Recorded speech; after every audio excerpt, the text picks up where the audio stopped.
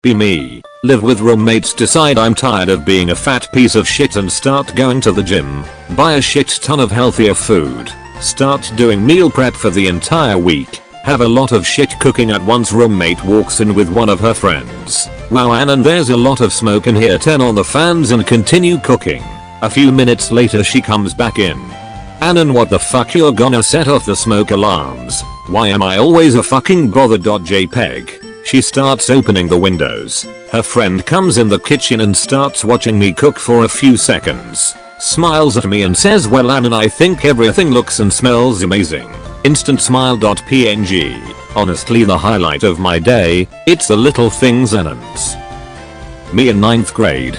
Complete dick and borderline sociopath. Have 0 friends. Start talking to this 9 out of 10. We start getting to know about each other. Was still a dick to her because I didn't like being nice to people. She was a dick back, but she was being playful about it.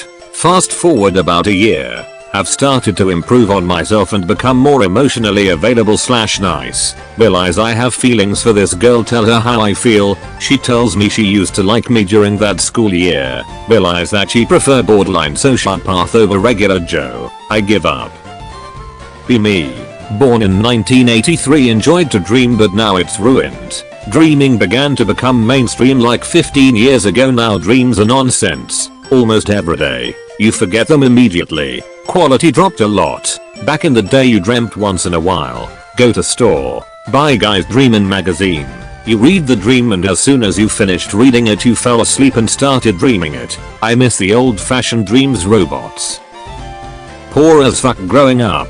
Single mom. She dated one of the coaches at my school. He felt really happy paying for a lot for her, so she kept up with the relationship. Other students started rumors that he was fucking me because he talked to me a lot, made his work life hell. I unironically dropped out because the harassment never stopped. One thing they don't tell you about being poor is that roaches actually chirp and squeak at you, can hear it all night. Be me. Recovering from years of incel behavior. Strike the courage to ask the girl out I really like from my parish, go on a couple of dates. Well, feels good.exe. I tell her I have a summer job out of state 70 miles away, expect her to ghost me. She is interested in what I'm doing and promises to support me. Literally calls me every night before I go to bed. Good night Anon, sleep tight baby. She visits. I tell her I like it when she's a gentledom. Oh Anon, I'm so glad you're into that too. I was worried for a minute my face when pays my head and tells me what a good boy I am. That's good to hear Anon. An inspiration to other recovering incels. Living the dream, happy for you Anon. Start a restaurant in the US. Adapt the European system where the tips are already included in the price of the meal. People will still tip 20%. Profit. Be me. 18. Work at a place with 90% women aged 35 to 50. Get flirted with aggressively and sexually harassed all the time. Went to complain about it. Got pretty much told to brush it off. What do I do now? It's genuinely not fun at all. Be me. Son is gay. Son's boyfriend moves in with us. Have to listen to them fucking all the time. Gross moaning and screaming, poop smell wafts from room as they go to and from the shower. Can't stand it anymore and politely ask them to find their own place as their behavior is traumatic and pretty gross. My son's face when he decides to gay murder me instead of finding somewhere else to sex stink up. Why son? Is that a man or a woman or one of those newfangled genders they make for attention? Be me. 1 hour ago. Forget that, repair guys are coming to fix all the doors in apartment building. Scheduled appointment is today for my apartment. Wake up in a drugged out haze to an old man walking into my apartment. I'm a neat hoarder that's mentally ill living off crypto, butt naked on the bed. Fruit flies.jpg, garbage and shit everywhere.jpg. He's visibly disgusted, asking if I knew he was coming.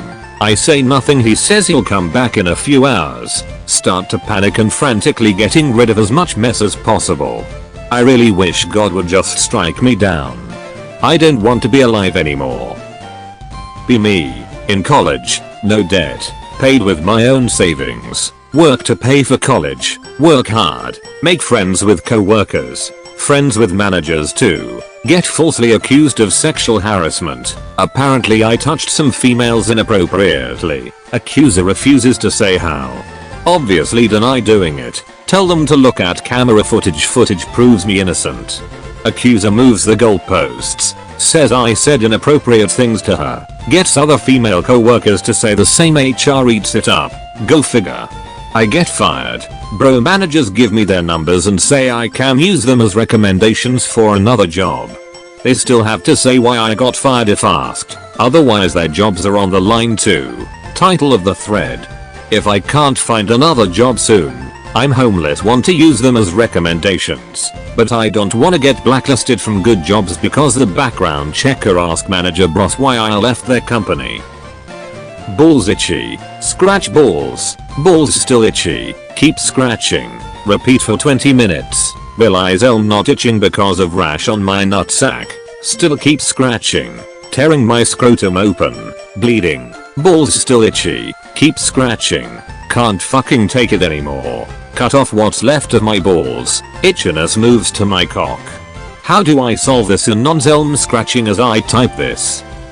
Be me. 18 years old, no GF or real social life or job. Heavily depressed, go to stay with my dad for a while. My parents are split up. Realize I don't have any money for cigarettes. Ask my dad if I can work with him to earn a bit of money.